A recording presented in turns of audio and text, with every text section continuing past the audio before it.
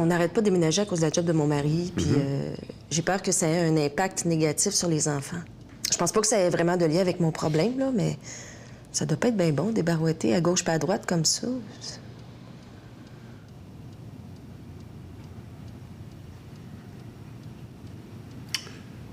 Est-ce que tu as une photo de tes enfants? Oui. Je peux-tu voir ça? C'est eux autres, les petits amours.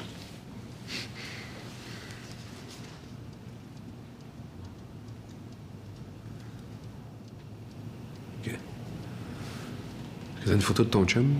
Ah, ben c'est lui qui est à côté de... Oh, c'est lui, là. Oui. C'est le père des 2 enfants? Oui. C'est rare. OK.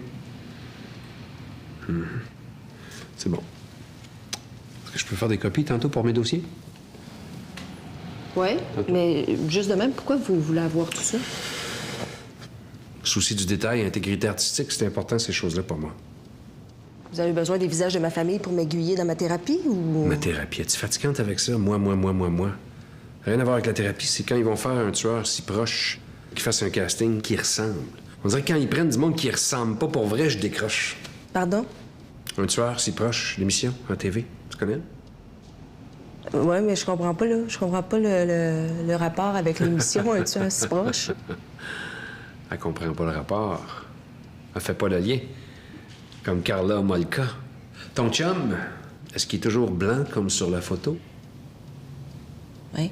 5 pieds 10, 170 livres, fin trentaine. Un individu sans histoire, comme dirait Claude Poirier. Classique.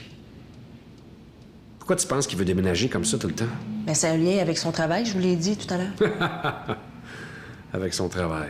Et par hasard, comme ça, est-ce que dans le cadre de son travail, il doit porter une cravate? Oui. Pourquoi tu penses qu'il faut qu'il porte une cravate? Parce que c'est un meurtrier en série. Tous les tueurs en série portent des cravates. Chaque fois que tu les vois sortir du palais de justice avec les menottes au poing, qu'est-ce qu'ils ont dans les mains? Une chainsaw? Un gun? Non! Ils portent une cravate! Puis la première affaire qu'ils leur enlèvent quand ils arrivent en prison, c'est la cravate. Je sais pas qu'est-ce qui se passe au costume Saint-Eustache, mais moi, j'ai déjà averti toute ma famille que si un jour je disparais, c'est là que je veux qu'ils checkent en premier. Je pense que vous regardez un peu trop de films. Je parle pas de film, je parle de la vie, de petits quotidiens plates. Le monde ordinaire, parce que c'est toujours eux autres les plus sauvages. Hannibal Lecter, le Joker, Freddy, toute l'air du petit monde tranquille, mais c'est des Mongols, des malades mentales. Est-ce que par hasard, ton chum jouerait au golf? Comme ça, au hasard? Oui, ça y arrive. Je suis pas surpris. Parce que le golf, c'est le sport national des meurtriers en série. Tu sais que si Charles Manson n'était pas tueur en série, il serait probablement sa PGA aujourd'hui. Le golf, c'est un sport de précision, de timing, de passion, d'obsédé, de monde qui a pas de vie. En plus, quand ils sortent du terrain, ils sont de même, les nerfs à vif, toute la gang gonflée à bloc. Tous des petits colonels William en Bermuda carotté. J'ai toujours dit, moi, faut jamais truster quelqu'un qui pote bien. Tu me verras jamais tourner le dos à André Buis. Ben oui, ça a bien du sens. Ça, on déménage souvent, puis mon chum joue au golf. C'est sûr que ça doit être un meurtrier. C'est soit ça, ou sa maîtresse travaille pour le clan Panton, puis elle suit partout. Puis dans les deux cas, ben on s'entend-tu que... Que?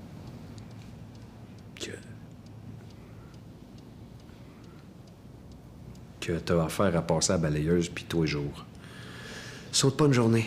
Parce que le jour où la police va faire une descente chez vous, pendant que tes voisins passent en boucle à LCN avec les 3 dents dans la gueule pour dire à quel point qu'ils en reviennent donc ben pas, que ça se peut donc ben pas que ça soit passé à côté de chez eux, puis que vous étiez donc ben une famille extraordinaire, puis qu'ils avaient donc ben fait un barbecue avec vous autres, même si c'est pas vrai, puis c'est juste pour se rendre intéressant.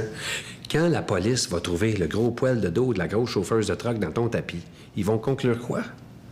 Un triangle amoureux. Puis ça va être la faute à qui? You. Fait que je vais te demander d'oublier mon nom, s'il te plaît, puis d'effacer mon numéro de téléphone de ton répertoire. Puis tu peux faire ta naïve tant que tu veux, mais je te conseillerais d'arrêter au Toys R Us en passant, pour l'amour de tes enfants, leur acheter un petit gilet pare-balles de Dora l'exploratrice. T'es malade? Ah oui, c'est ça, c'est moi qui est malade. C'est moi le fou. Madame n'a pas de jugement, elle marie quelqu'un qui dépaisse du monde dans son garage, puis c'est moi le fucké. Je m'excuse, mais moi, il n'y a personne dans mon congélateur. À côté de mes pogos, il n'y a pas mon voisin qui me tape ses nerfs avec la tondeuse le samedi matin. Ça va pas, hein? En viens pas, ça va vraiment pas, toi. C'est ça. Joue à l'autruche. De toute façon, t'as le cul pour. C'est folle. J'ai faim, là. J'aurais pas dû parler de Pogo.